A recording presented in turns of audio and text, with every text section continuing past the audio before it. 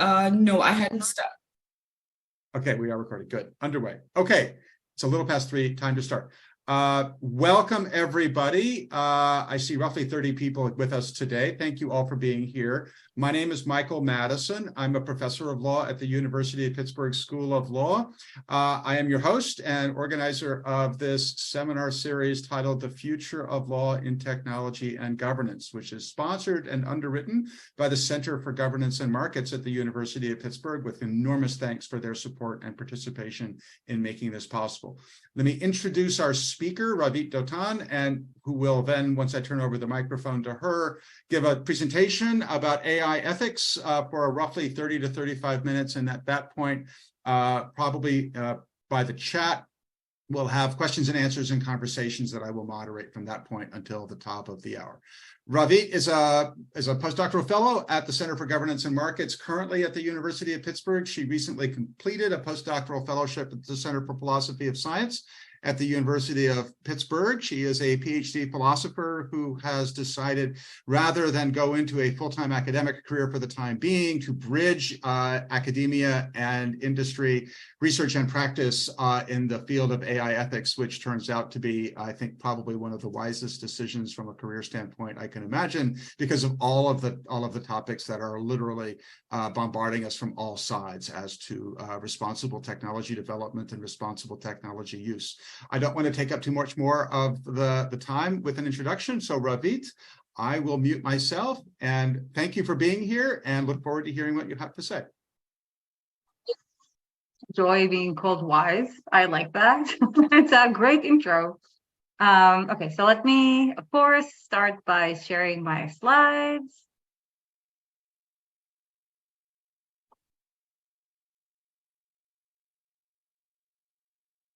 Okay.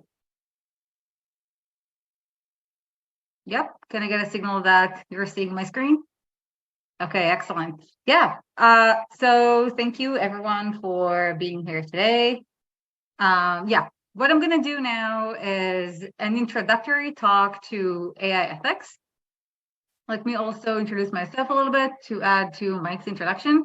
So I see myself as a tech ethicist. I am specializing in data/AI/machine learning, whatever we want to call it. And I do 3 kinds of things. I do research.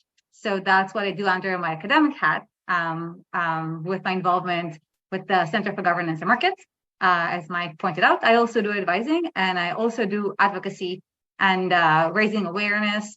So this activity happens primarily on my LinkedIn page. So I try to post regularly about various tech ethics topics. So feel free to connect with me there or go on our website. That's where I put all the content that I create. Okay. And with that, let's talk about the agenda for today. I'm going to get started with saying a few things about what AI is, just so that we are aligned. Then I'm going to talk about what AI ethics is, prominent themes, state of the field. Then I'm going to talk about regulation worldwide and also in the US. And last, I'm going to talk about what I think we should do next in the field. And so, yeah, the future of AI ethics as I want it to be.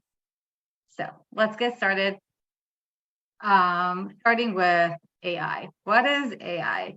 I think the connotations that a lot of people have start with, well, today, of course, ChatGPT.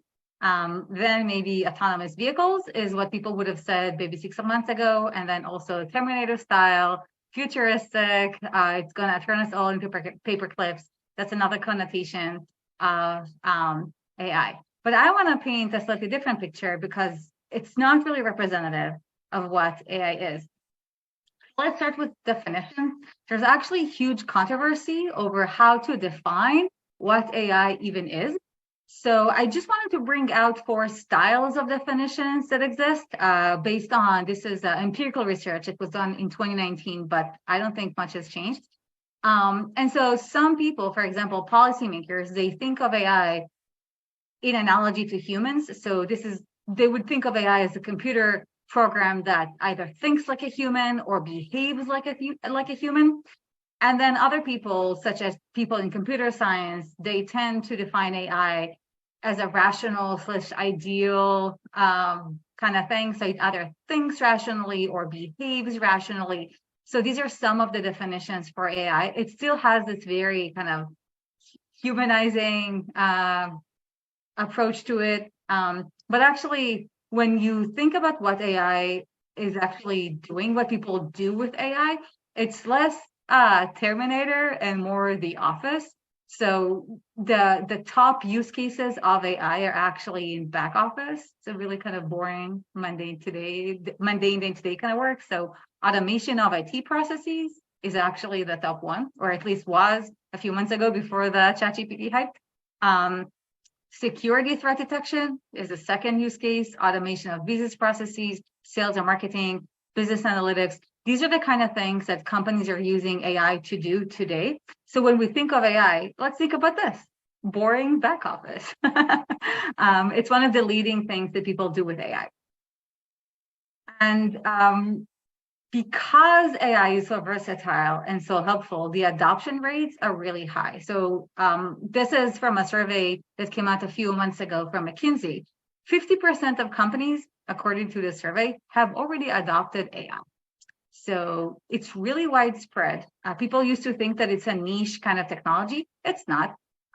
It's going to be eventually a part of each and every tech company, or even each and every company. The adoption really accelerated around the pandemic, and it is expected to continue. For example, in the same survey, 63% of the companies have plans to spend more money on AI. So this is something that is ubiquitous. It is going to be a part of every company. It's not futuristic machines. It's doing a lot of things. Also in the government, governments also increasingly spend more money on AI. Oh, I have a typo here, but this is supposed to say that in 2022, the US government spending on AI was 2.5 times more than what it was in 2017. So there's a 1 that's missing there. So yeah, government spending on AI increases as well, which represents the fact that governments are adopting AI too. So it's really widespread. Which brings us to AI ethics. You may have heard of this term. What does it even mean? As with AI, there's no consensus, there's no one definition, but I'm going to give you mine. I think of AI ethics as a field.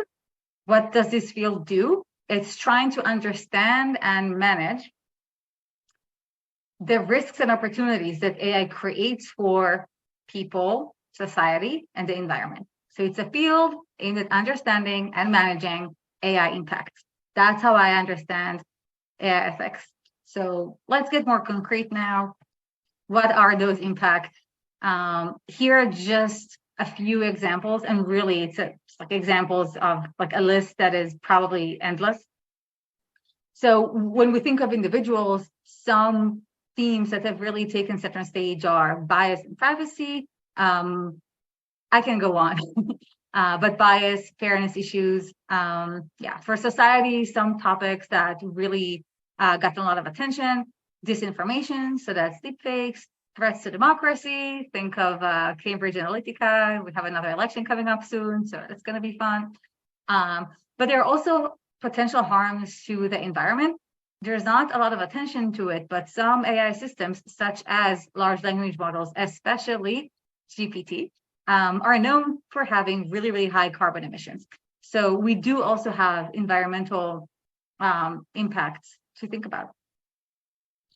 So here's an example, just to make more concrete what I mean by bias. I just chose one of the harms that AI can do.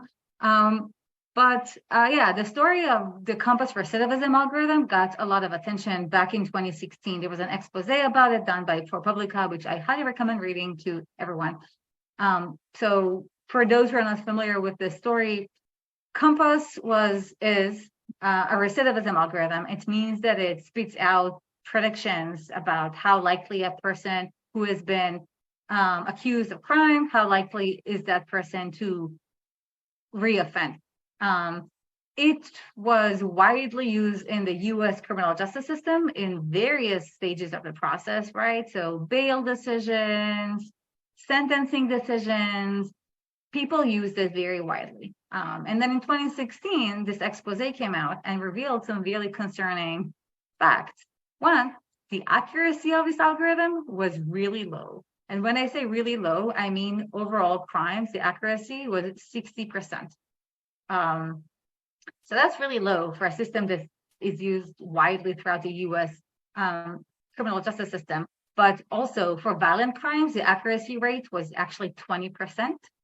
20% accuracy for violent crimes. So that means that literally it would have been better to flip a coin. And yet widely used. What's more, the mistakes, the errors that it made were not distributed evenly across the population. So the mistakes discriminated against Black people. So if you were a Black person, you were twice as likely to be labeled as high risk, but not go on to offend a crime, to reoffend. And if you were a white person, you were almost twice as likely to be labeled low risk, but go on to reoffend. And so what we get is huge discrimination in an area that's already sensitive, that's already super problematic. We get an exacerbated discrimination in our society.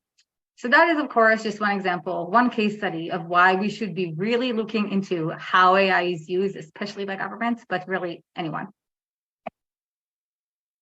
So these are problems that are not new. So that story that I told you about came out in 2016. A while has passed since then. What has happened in the field?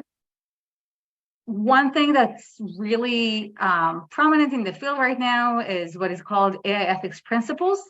If you Google the term AI ethics principles, you will get many, many results. Here's an example, the AI ethics principles of Google. You see it's a list of 7 stuff. We believe AI should be, and then you typically have some kind of like a wish list, be socially beneficial, avoid creating unfair bias, test it for safety, be accountable for people, yada, yada, yada. That's what you usually get. We currently have an explosion of those lists of principles. A lot of companies, a lot of organizations have that. The US, the White House actually recently came out with what they call the blueprint for an AI Bill of Rights. So that's basically, I guess, the US wish list for AI. The DoD has it, UNESCO has one, OECD has one, Microsoft, Google, IBM, the Vatican, I think, had one at some point. And so, yeah, that's what we have right now in the field. A lot of principles, a lot of frameworks. That's what we have. What do they say? Yes, we also have reviews of those frameworks, and I did a review of those reviews, which you can Google this. But yeah, just a few examples: transparency, justice and fairness, non-maleficence, responsibility, privacy, beneficence are some themes that are coming up. Different reviews come up with different titles, but these are the things that we're currently seeing in the field. But what we're not really seeing is implementation. Oh no, what happened to my slide? Okay, that's the slide. Yeah. But what we're not really seeing is implementation. This is a super depressing finding from a McKinsey report that came out in December. This is self-reporting mitigation efforts by organizations. So as you can see, in 2019, 13% of organizations self-reported that are doing stuff to mitigate against wrongful discrimination. This is a very low number. The number 17% is also really low. That's where it stood at the end of 2022. So even though we had this explosion of frameworks and principles, we're not really yet seeing any kind of meaningful shift in the industry in terms of the implementation of responsible AI practices. In some fronts, like privacy, we're even somehow seeing a decrease, which is really depressing. Companies are not really doing anything about displacement, worrying about physical safety, compliance is higher. But it's a sad situation. And just to call back to what, my introduction at the beginning, that's really the reason that I decided to shift my activity. This is a pressing issue that we should tackle as society. And it's an opportunity for people from different sectors, such as private sector and academia, to come together and figure this out. Because I really think this is one of the most urgent problems that we need to tackle right now. So this is what I had to say about the state of AI ethics as a field. Brings us to regulation, which is obviously different than ethics, but related, hopefully, when it's good. Yeah, so what is going on in regulation? What we're seeing in 2022 is an explosion of regulatory efforts. So these are statistics from the Stanford AI Index. It just came out maybe 2 weeks ago. Yeah, so in 2022, they found 123 AI laws worldwide. The number of laws that passed in 2022 was 37 times more than the number of laws that passed in 2016. So we're really seeing an acceleration here. Zooming into the US, which is where I am right now.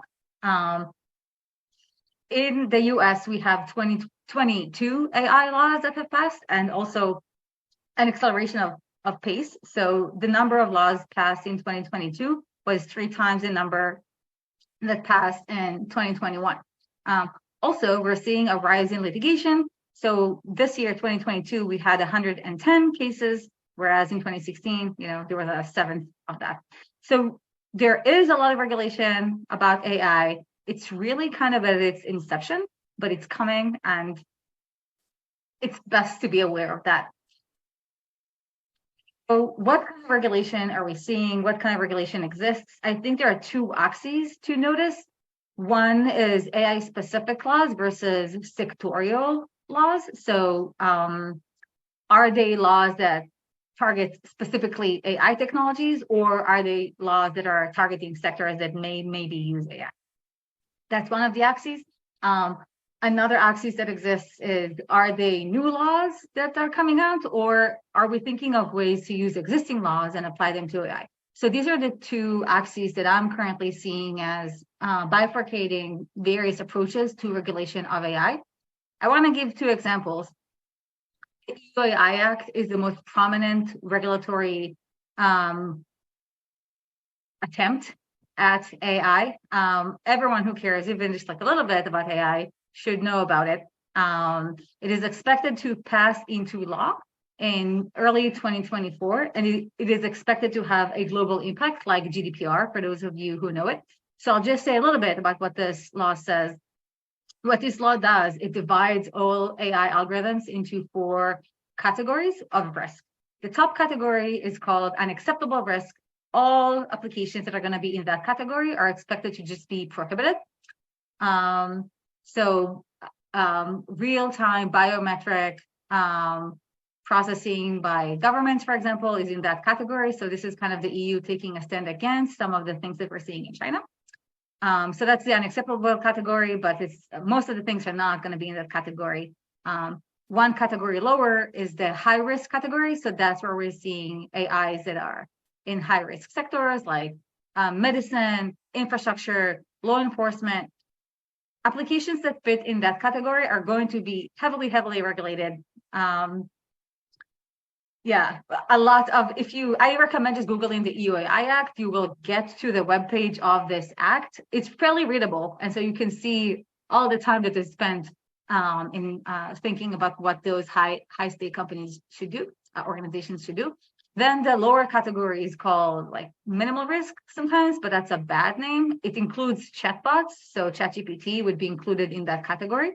Deepfakes will be included in that category. That basically just requires transparency from those companies. And it's been one of the controversial issues that came up now, because a lot of people feel like that's actually not enough when we think of regulating something like a large language model. This law is the EU AI Act because it will apply to Europe, but also to anyone who wants to work with Europe. And so that's why it's expected to have a global impact like GDPR. But that's the most prominent regulatory effort that exists right now. Thinking back about the axes that I've mentioned before, this is an AI-specific law, right? Because it regulates AI specifically. Some jurisdictions that have taken a different approach is the UK. That's the other one to notice. There's a let's call it a disagreement between the approaches of the EU and the UK, and also the US has a slightly different approach. But yeah, this is new law that is AI specific. And the one example to know about legislation of AI. But there's another example that I also wanted to bring up from the US. it is also possible to regulate AI using the laws that we currently have, because guess what? A lot of them actually still apply. And so the US is sometimes criticized / mentioned as a jurisdiction that's not really going to pass any federal AI law anytime soon. There have been attempts. They're unsuccessful. No one really thinks it's going to happen. And so that's why US is sometimes thought of as a jurisdiction that's like not really regulating AI. That's false. It's really false. First of all, there are many laws at state level. So just recently came into effect a law in New York City about AI in hiring. But also there's attention from government bodies on how we're going to use the laws that we already have about AI. A few months ago, there was a statement that came from the FTC, and the statement was about AI specifically, telling us how the current laws actually already apply to AI. So here are just 3 examples that they brought, basically saying, in various sectors like credit reporting, we said that discrimination is wrong.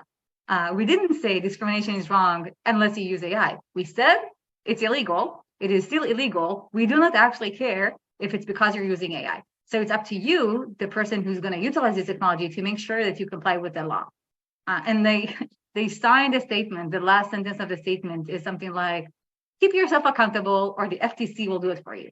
So what we're seeing here is another regulatory approach. Let's use the existing laws that we already have in various sectors and just apply them to AI. Enforcement is a little behind, but they're starting it too. They recently have a new task force with some other of the big important regulatory bodies. So that's an example of another approach that should also be considered, especially in the US context, where people think there's no regulation going on. It is just not the case. And another point to make is, even though I think currently there aren't really enough AI policy making efforts that have come into fruition, but experts predict that that is going to change. So this is a statement for Center for AI and Digital Technology, which I think is the leading research center on AI policy. They just came out with a report. It came out a week ago, saying that they anticipate that the rate of AI policymaking will accelerate in the next few years, and they mean globally. So regulation definitely exists and more is coming. That brings me to the last topic that I wanted to cover, which is, what should we do? So the state of the field right now is, or the world right now, we're starting to have those applications. The adoption really accelerates. We're seeing most companies already adopting AI. It's going to be more. We're seeing governments using these technologies. We're also seeing the damages that it's doing. I didn't put the statistics on my deck, but also there's an increase in reports of, let's call them AI incidents. And now with the ChatGPT hype, there's more awareness of the many, many ways that those technologies can be really harmful if not used correctly. Still, the field of ethics is behind. There isn't really substantial implementation of AI ethics practices, and regulation is getting there, but is kind of behind too. So that leaves a gap that is really dangerous. Because we are at a pivotal point in society right now. Like, I don't want to be dramatic, but yes, in the future of humanity, and we're not enough is done to protect us. And again, not to be dramatic, but future generations. So what could we do? I can tell you my personal approach, and then I'd love to hear more about this, and of course, anything else in the Q&A. So what to do? First of all, let's think of tech companies. Here's a vision that I think sometimes people have, but I think is a misconception. Sometimes people imagine some kind of engineer in some kind of back room of some kind of tech company, and it's as if we can point to that person and say, hey, you back there, do better. Take this fairness algorithm, just like slap it onto your thing, problem solved. But this is a misconception for many, many reasons. Engineers are actually embedded in tech companies that have priorities, that have resources, that have KPIs. They cannot just do whatever they want. We need to think about those engineers as they are embedded in a larger system, which is a tech company. And so when we're thinking about helping companies shift what they do, we need to think about the organization that develops the AI as a unit. This is the unit that we're trying to change. A lot of people are coming up with resources for that, like endpoint engineer. It's good, we need it, but also we need resources to think about how we pivot the organizational culture so that AI ethics is a higher priority. It's really easy to hire engineers or ethics committees and then fire them, as recently happened in many companies. So we really need to shift to thinking about what the organization is doing. And that's what I'm focusing on, both in my research, actually in all fronts, in my research and in my advising and in my advocacy. We need to figure out how a governance should look like, what it means to govern AI well, what we can do to improve it, what interventions we can do, and what benchmarks we can set. So that's my like career agenda, let's call it. And I want to highlight 3 aspects of that. One thing that I think organizations can do is evaluate themselves on 3 metrics: knowledge, workflow, and oversight. The first step to solving a problem is knowing that it exists. So organizations can think about, what do you do to cultivate your AI ethics knowledge? So that includes articulating the risks, for example, writing your AI ethics principles, but also collecting diverse input. It's not just about you sitting in a room and brainstorming. You need to get that input, especially from the stakeholders that are going to be impacted, especially if those stakeholders are demographically different than you, because they might notice things that you're going to miss. And you need to be embedding that knowledge throughout the organization. The second point is workflow. You need to have things that you measure. You need to implement processes. You need to choose some metrics and track them. For example, for fairness, you need to have implemented processes, and you need to have incentive structures that support that. Otherwise, nothing's going to happen. The last one is oversight. We all need someone to check our homework. That is true for AI ethics. I was spotlighted. We need to have someone overseeing what we're doing. So that means reporting on progress to your board, to the public, and most importantly, have an external audit. So these are some things that I think companies should focus on. And like, I have much more to say about that. So I'm going to pause, because I want to get back to the point of what should be the unit of focus. I said it's not the case that the unit of focus is the engineer at some back room. I said we should look more widely to the tech company that the engineer is embedded in, but also it's not enough to go to that level, because the tech company is also embedded in a larger context. It's embedded in an entire ecosystem that has investors, that has buyers, so that's procurement, that has insurance companies. There's a whole financial system that stands behind the tech company. It is going to be very, very difficult for a tech company to do things differently if the entire ecosystem around it stays the same. And so try this game, it will be fun. Go to a tech company and ask them, hey, do you want to do AI more responsibly? Here's an answer that you might get, and it might be genuine also. Yes, I really do want to do things responsibly more, but like I can't because my investor won't let me. That is something that I've heard many times. And then you go to the investor, you go to the VC and you ask them, hey, VC, like, do you want to invest more responsibly? And sometimes they will say genuinely, yes, we do, but we can't. Why? Because we don't want to burden our startups and also our LP, so the asset owner, the one with the actual money, won't let us. And so then you go to the LP and you ask, hey, do you want your money to be invested more responsibly? And they'll say, we actually really do, but we can't. Why? Why can't you? Well, it's because we don't really have any control over what our asset owners do, asset managers do, like the VCs. And also, like, we don't know how to do it. We don't want to burden them.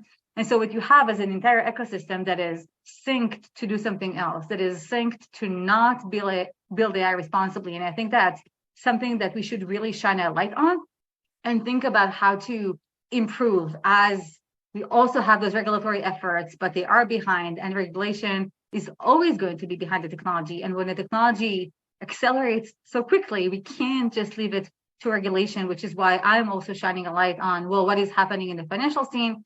And so this is something that I've done. Last year, I did a guidebook for venture capital investors on how to invest responsibly in AI, and some of the efforts that I'm doing, for example, in the lab that I'm leading here at Pitt, is a similar project for procurement in public administration, and I think this kind of approach can be fruitful.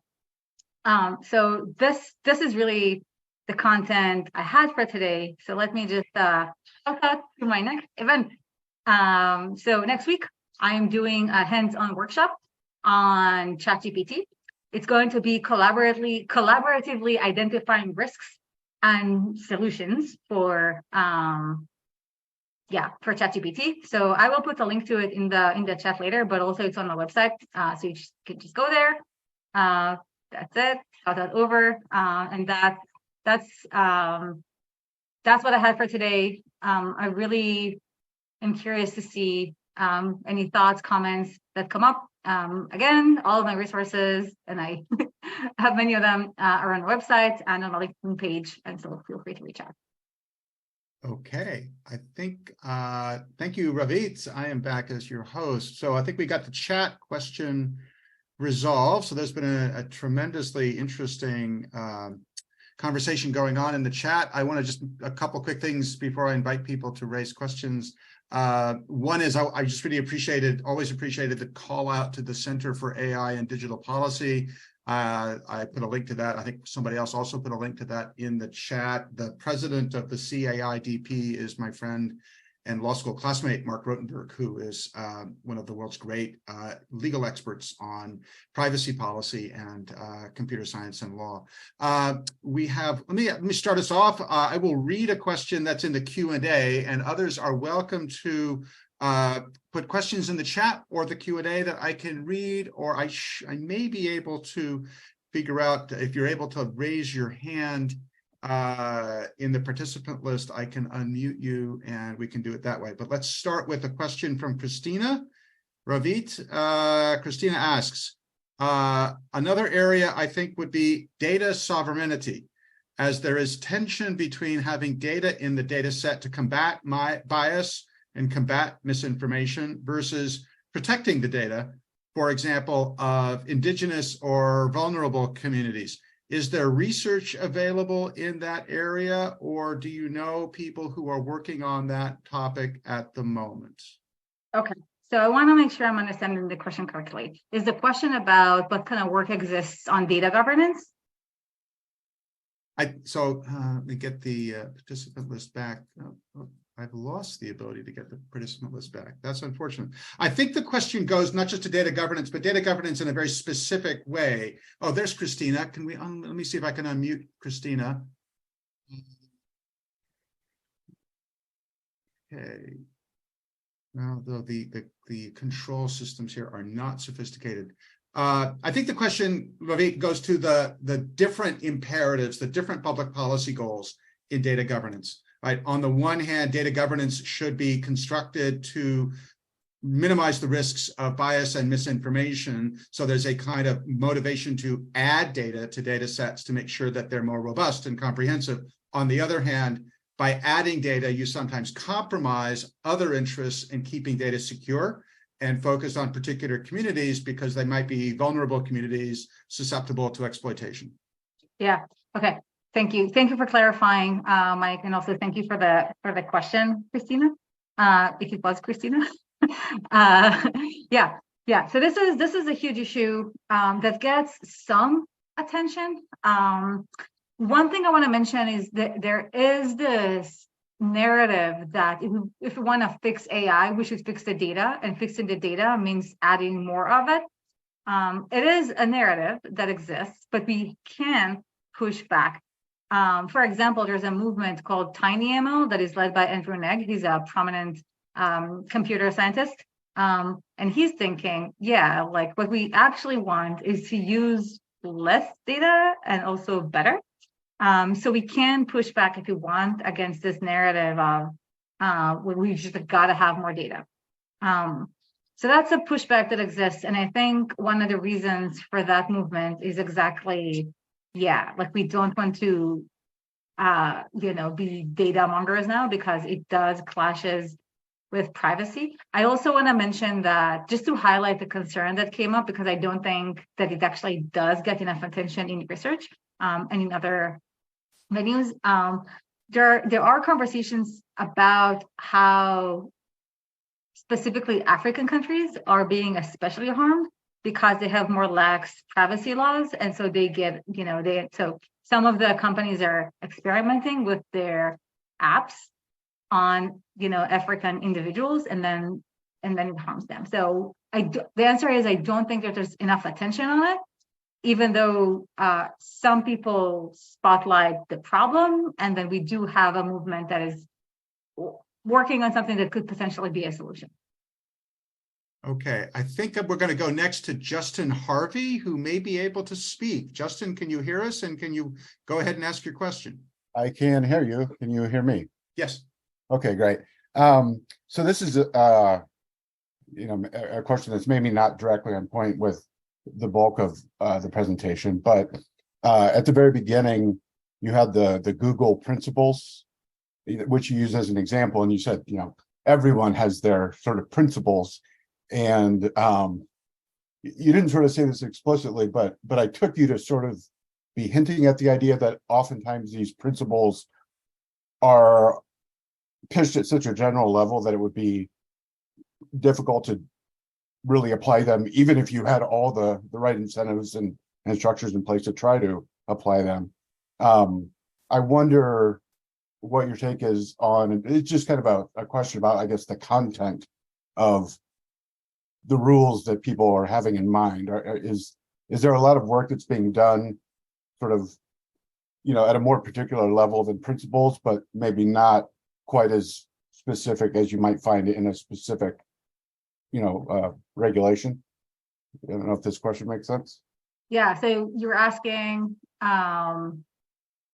what I think about the content of the principles. Is there a way to make them more precise, for example? Oh, no. So I'm wondering if within the field are, for example, like applied ethicists, for example, doing any work to try and come up with more, something. I think of these principles as they're almost like Kantian categories. They're like so abstract to almost be useless. I mean, not really, but it's, benefit humanity, for example. It's like, well, that's, it doesn't really get us very far if we're trying to then formulate rules. Yeah. And it seems like the other approach would be like, you look at a very specific technology like Chat GPT and you say, well, like, what are the very specific risks that this thing might pose? But then I wonder if there's something in between in terms of the level of generality. And if anyone's working on trying to formulate, something more particular than principles that might apply across a range. You see what I'm asking? Yeah, I see. I think I see what you're asking. I'll answer and tell me if this is not actually targeting what you meant. Yes, there are a lot of people who are working on metrics, for example, right? You say fairness, that is indeed very broad, but what does fairness even mean? It can mean many things, many things. And there are people who are spelling it out in different ways, right? So they're trying to say, by fairness, actually, mathematically, we mean this, or we mean this. So there is a lot of literature on that. Specifically on fairness, it has become an issue because the different fairness metrics, some of them are actually contradictory. You can't satisfy them all at once. So there are many attempts to take those principles and what is called operationalize them. So turn them into some mathematical being that engineers can deal with. So there is a lot of work on that. However, I'm not at all sure that this is the kind of work that would make the impact that we're hoping for. I think when it comes to matters, like ethics, we're not going to have a universal rule that everyone is just going to agree with. So my background is philosophy. That's my PhD. Literally, we've been debating about ethics for like thousands of years. We're not going to solve it now. And so what is the alternative? Let's think about analogies, other domains where similar issues are coming up. Diversity, for example. Another problem that organizations are dealing with is pressures to be more diverse. But that, again, is like very vague. what does it mean? Who needs to be diverse? Managers, junior employees, also. Which groups are we counting? Women? Like, do Hispanics count? I don't know. These are just questions that need to be decided. And I think, yes, there are people who might work on, like, okay, by diversity, we mean women on the board. By diversity, we mean this, we mean that. But I think it's inevitable to have a multiplicity of answers of how to make it more specific. I also think it's good. At the end of the day, I think there's a responsibility on the company or the organization to figure out what their values actually are, and then make an informed choice based on the context in consultation with the right stakeholders. So yes, there is this work that is produced, but I think that it's not exactly getting at what we need. Is this answering your question? Yes. Okay, let's go to the next. I have in the Q&A Daniel Lieb. Daniel, are you there? Do you want to unmute and go ahead and ask your question? Well, yes, thanks. Sure. I was wondering if we think back to one of your first slides, if we think about auditing AI and regulating AI, do we first need further definitions of AI that maybe even go beyond what the EU Act has? I'm thinking of self-learning AIs, adaptive AIs versus something that may just look like traditional statistics on steroids. I'm wondering if you think we need to exactly figure out different categories first. Okay, I actually think, on the one hand, I agree. It's like really important to define what AI is. On the other hand, I think we should have a definition. I think we should target not narrow technologies. When I think of AI, I think very broadly. I think AI, machine learning, data. I think the more technologies that we actually include, the better. I don't want to be, so some definitions of AI will say, okay, AI is something that maybe when you give it a goal, it will do the goal using techniques from this list, At some point, the EU AI Act draft had a definition like that, and it is helpful for various purposes, but it's also very limiting, where even big data, even if it's just big data, should receive attention. So I would say maybe we do need a definition, but the definition is not necessarily of AI, it's of a broader category of technologies, and I would put the threshold at big data. Because that's where a lot of the complications begin, in my opinion. That's great. Thank you. Great. Thank you, Daniel. So I'm going to read out a very, very brief but open question that's in the Q&A from an anonymous attendee that raises, as you described, Ravi, the pressures of the marketplace, investors, stockholders, their incentives and motivations are not necessarily compatible with the goals of AI ethics. Do you have ideas specifically as to how to resolve or address the incompatibility? Yes, I love this question. It's one of my favorite questions. Okay. Pressures of the marketplace. There is this stereotype, investors only care about money. Sometimes that's true. So I want to say there are three things I want to say. First of all, there is a misconception that doing AI responsibly is somehow in tension with profits. Often it's actually not the case. There is a business case for AI ethics. I'll just mention 5 things and then I can get more into them if anyone's interested. Compliance, reputation, making the product better. So doing AI responsibly improves the product, improves product adoption, and improves talent attraction. So there are actually at least 5 reasons why you can actually make more money if you do AI responsibly. Second, sometimes indeed, money will be in conflict with ethics. That is life. We should not let that slide. As the consumer, as a consumer audience, yes, we can demand companies to do better, like as we do. For example, it's a new camera. I feel like it's like becoming, the focus is lost sometimes. I'm sorry about that. But yeah, so just like companies are required to like install safety belts in cars, even if it does cost them more money, we do require them to do that, and we expect them to do that because sometimes the risk is just too big to let people get away with, oh, but it's not going to make me enough money. So one part of my answer is there isn't an inherent conflict between doing AI responsibly and making a profit. Sometimes there is. It's okay. We should press them to do it responsibly anyway. And then the third component you might ask, well, like it's nice that you want to press them to do things more responsibly, but can we? And I want to say yes, and we have wonderful precedents. So some of you may be familiar with the ESG movement in the financial world. ESG stands for environmental, social, and governance. So a lot of financial actors these days are thinking that, yes, we want to make a profit, but also we don't want to destroy the world. And so when we use our money, we should be, there are certain things we should track and pay attention to. And the most prominent themes are diversity. People focus on, how many women did the company hire? And carbon emissions.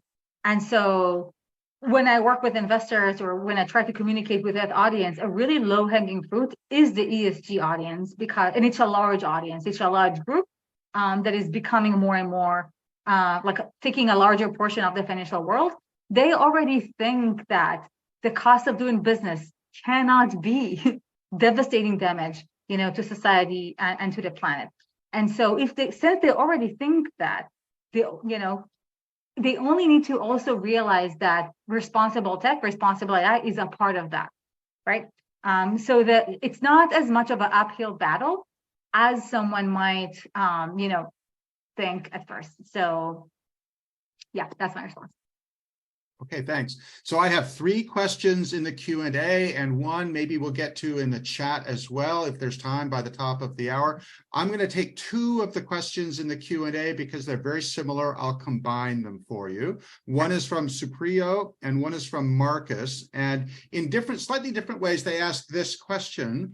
You have a federal governmental system in the US with the possibility of regulations coming at the federal level, but also, as you described, possibility of regulation happening at the state level. And then, of course, in Europe, you have a European-wide EU-level regulatory apparatus, such as the GDPR. So the question really is, given the different sort of governmental frameworks at different levels and different scales that you see, how do you see AI regulation unfolding at the local level, regional level, national or transnational levels? Yeah, so what's going on right now is best described as complete chaos. We're seeing AI laws coming out of many, many different jurisdictions. They take different approaches. They say different things. Honestly, I'm not envious of lawyers who are going to need to figure that all out. So right now, it's difficult to tell where it's all going because it's in flux, it's emerging, it's chaotic. There's also, it's worth mentioning, there are political power struggles at play here behind the scenes. Every jurisdiction, every large jurisdictions, they want to set the tone. So, the EU has their EOI Act, but actually the UK, they want to be influential too. US want to be influential too. I actually had a conversation with New York Times and like one of the other, I don't remember the name of the article. But it was in the New York Times. Like they also interviewed a US legislator, and she just said, yeah, we don't want other countries to dictate what we're going to do with our technology. And so that's another complicating factor of why I think I don't think we yet know how it's going to come out. It's all kind of chaos of emergence. That's the maybe unsatisfying, but I think true answer. Okay, thanks.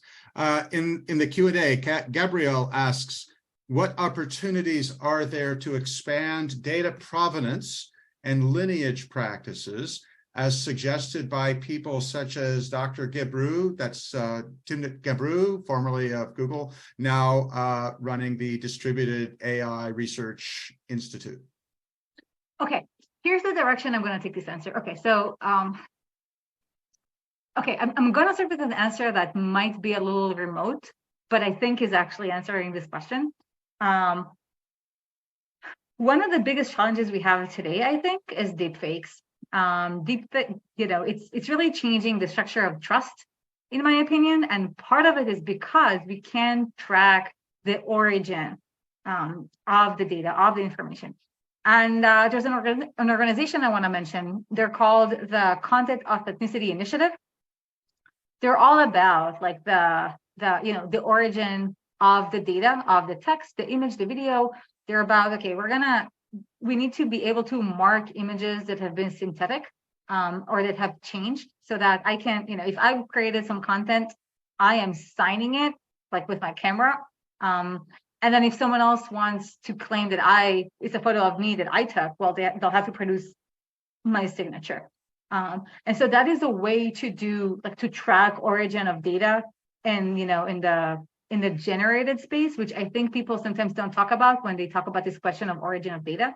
But I wanted to bring it out because I think it's really important to be aware of that and to actually press companies that do generative AI, for example, OpenAI, to use those kind of measures. But then the question, I think, is more perhaps perhaps the intention was more around practices like there's a thing called model cards and cards for data sets. And there's also, there was a call to do kind of like we have nutrition labels on food that tells us what the thing that I'm about to consume contains.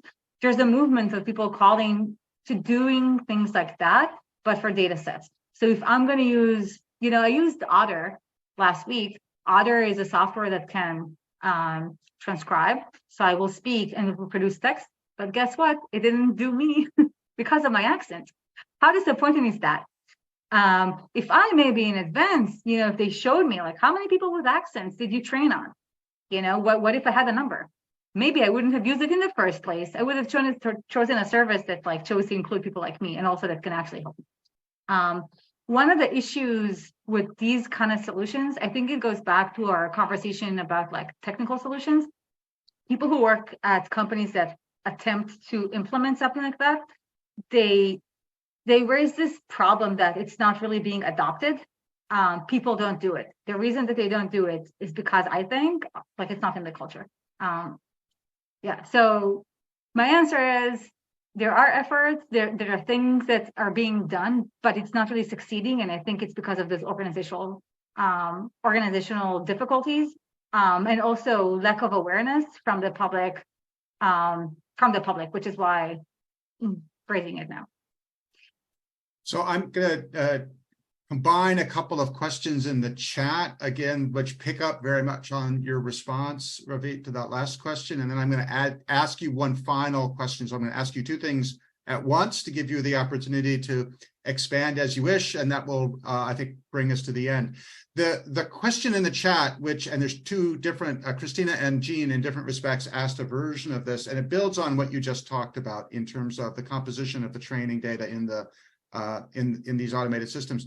And algorithmic systems. Are there motivations, incentives, structural biases that go into decisions to include or not to include different kinds of data in these systems? In other words, beyond the nutritional labeling kind of transparency solution, are there layers below what you can actually see when you decide whether to use Otter AI, for example, or something else that we should be aware of in thinking about not only whether to use them, but also how possibly to regulate them or motivate structures to improve? Okay, one problem I want to mention is the availability of data sets. Because a part of what you said, I heard it as like a question. Why? Why does this happen?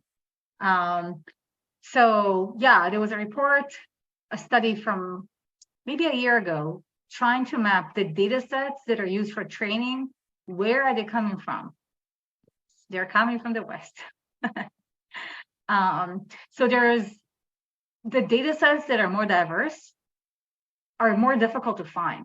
And this is something that I'm hearing from a lot of companies. They do want to diversify their data sets, but they're finding it really challenging, which goes back to one of the issues that we discussed earlier. We don't want to end up in a situation where we're now exploiting people in developing countries for their data. But it is one of the challenges. It looks like you want to say something, Mike. I just wanted to make sure I got my second question in, because maybe it might be a good moment to give you the opportunity to expand on what you just said. The concluding question, and this is getting prompted by Christina, who's had several good questions today, is you come to us as an expert in AI ethics, and you've been framing this whole conversation around the framework of AI ethics. Another phrase that a lot of people hear these days is responsible AI or responsible technology.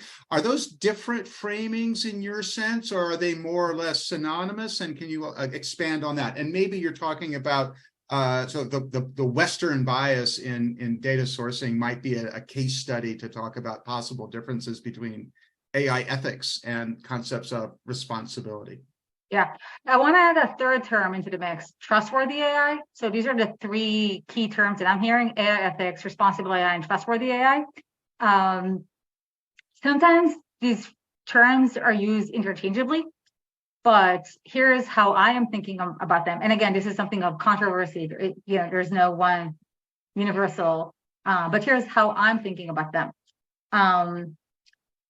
When I say to people in the workplace something like AI ethics, sometimes the connotations that I get are counterproductive. Literally, one person once told me, you say ethics, I think of Plato. And I get it. There is a connection between Plato and ethics. But the connotations that you get with a word like ethics sometimes is kind of abstract, high ideals that are desirable, but should not be expected in the workplace. So it's maybe more like a ceiling, something we want to aspire to, but like you can't ask us to do that because this is a place of business. So that's an attitude that you might encounter. I often use responsible AI actually because it sometimes, at least depending on the audience, it will get better traction because of the better like the connotations. Businesses are used to using words like responsibility because of corporate responsibility is a term that was fashionable. And they do accept that even in business, we do need to be responsible. And so one way to divide between AI ethics and responsible AI is that maybe AI ethics, because we're using the word ethics, it has this connotation of like ideal, ceiling kind of thing. But we do need like a lower threshold, something that can be expected in the workplace. And sometimes the word responsibility can take that place. So ethics for the ideal, maybe responsibility for things that we can expect in the workplace. The third term that is used is trustworthy AI. Again, often they're going to be used interchangeably, but I think they each have different connotations. To me, the connotation of trustworthy AI is about making people trust us. But making people trust us is different than being responsible or ethical, which is why that's a term that I prefer not to use. Again, like it's not like everyone, have the same connotations, but yeah, but AI ethics today, because this is a talk about ideals, so ethics. Okay, so just to close up your earlier comments about data sets coming predominantly from the West in terms of training systems and therefore encoding different kinds of structural biases, that might easily be categorized as a question of responsibility, not solely as a question of ethics. That's what I think. Awesome. Yeah. We're at the top of the hour, so we're going to have to call it quits. Ravi, thank you so much for a super thoughtful and challenging and inspiring presentation today. Really appreciate your time today. Everyone who is here as an attendee, thank you for your attention, your time, your engagement. Share word about this webinar with your friends and colleagues. It will show up on YouTube very shortly. Thank you to my friends at the Center for Governance and Markets for supporting this and for everyone's patience in resolving our little technical snafu at the beginning, but it worked out well in the end. This is the last of our seminars for this academic year, so watch the CGM newsfeed for our rebooted Future of Law series come the fall of 2023. So long. Thanks for coming, everyone.